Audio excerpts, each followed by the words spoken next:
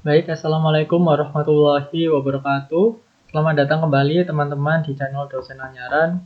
Di hari ini kita akan melanjutkan pembelajaran statistik dasar kita ya dalam penelitian regresi.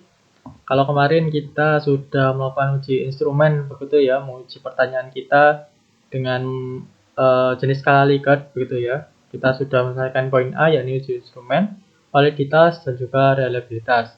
Misal nih, pertanyaan kita semua sudah valid dan juga reliable, apa langkah selanjutnya gitu kan. Di sini saya paparkan kembali ya bahwa belajar statistik itu harus paham roadmap juga, paham alur jalannya bagaimana statistik itu diterapkan gitu ya teman-teman. Dalam contohnya di statistik dasar itu paling enak belajar regresi teman-teman ya. Jadi setelah kita ya membuat pertanyaan, mengujinya, kemudian nanti kita akan uji asumsi klasik ya teman-teman. Habis kita uji asumsi klasik, kemudian lakukan uji ketiga ini ya. Setelahnya yang C, baru analisis regresi gitu sampai nanti koefisien determinasi. Namun di hari ini kita akan masuk ke roadmap yang kedua gitu ya. Uji normalitas gitu. Tapi hari ini kita tidak akan jauh sampai membahas uji asumsi normalitas sampai parametrik. Tapi di hari ini kita akan lebih membahas ke bagaimana mengubah skor menjadi skala gitu. Tapi saya paparkan roadmap terlebih dahulu ya, biar teman-teman tahu gitu. Mengapa dan kapan kita mengubah skor ke skala. Jadi ceritanya teman-teman ya, kalau sudah valid dan reliable kan ya data kita, biasanya kita di SPSS tentu perlu mengetahui normalitasnya gitu, terdistribusi normal atau tidak. Semisal terdistribusi normal, kita menggunakan uji parametrik. Semisal tidak normal, kita uji non parametrik gitu. Dan diuji ya hasil skala Likert kita gitu, hasil kuesioner kita. Nah, di sini saya mengutip dari Agung 2022, ini modul statistik ya.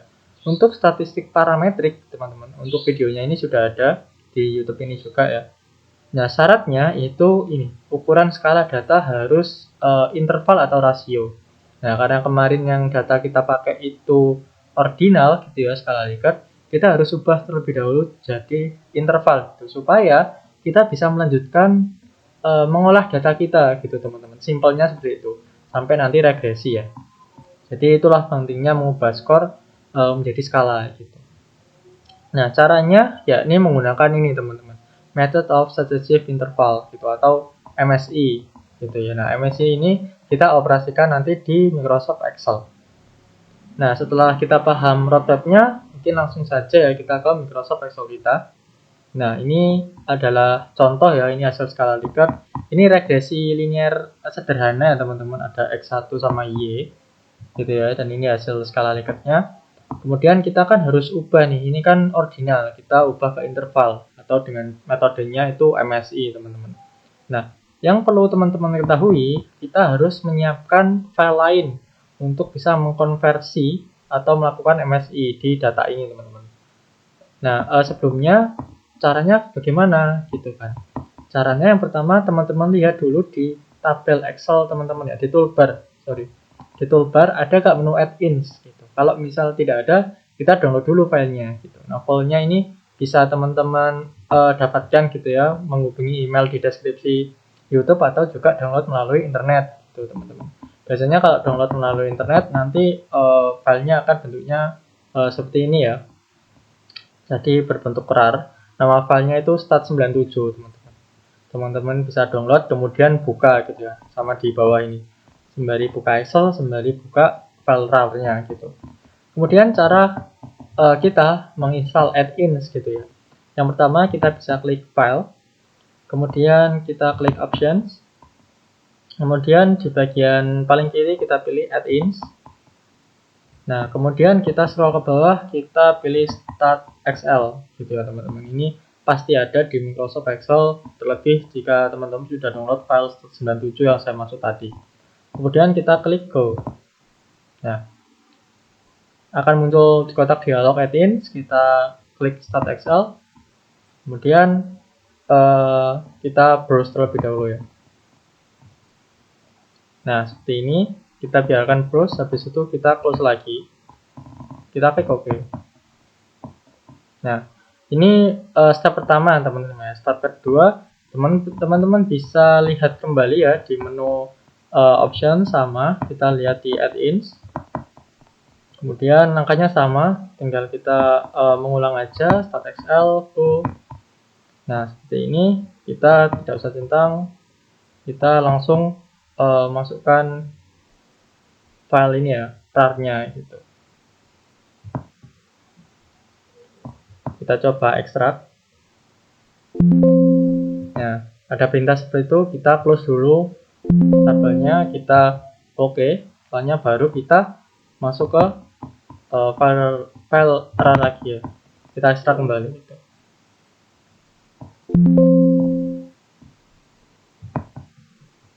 Oke, caranya sudah, kita close dulu teman-teman. Kita close, itu kita buka lagi file Excel-nya tadi. Jadi perlu kita matikan terlebih dahulu. Nah, seperti ini teman-teman. Akhirnya muncul ya add-ins. Nah, ini menu add-ins. Kemudian langkah selanjutnya kita bisa klik statistik. Kemudian successive interval. Oke, kita klik yes. Nah, data range ini kita geser ke kanan dulu ya. Kita blok range-nya ya. Seperti ini. Sesuai data sih. Kalau pertama kita pisah dulu ya, jangan lupa X ya X saja, Y ya Y aja gitu. Karena yang pertama kita X, jadi yang kita range itu yang X saja gitu. Jadi nanti ada dua seharusnya yang kita input ke SPSS.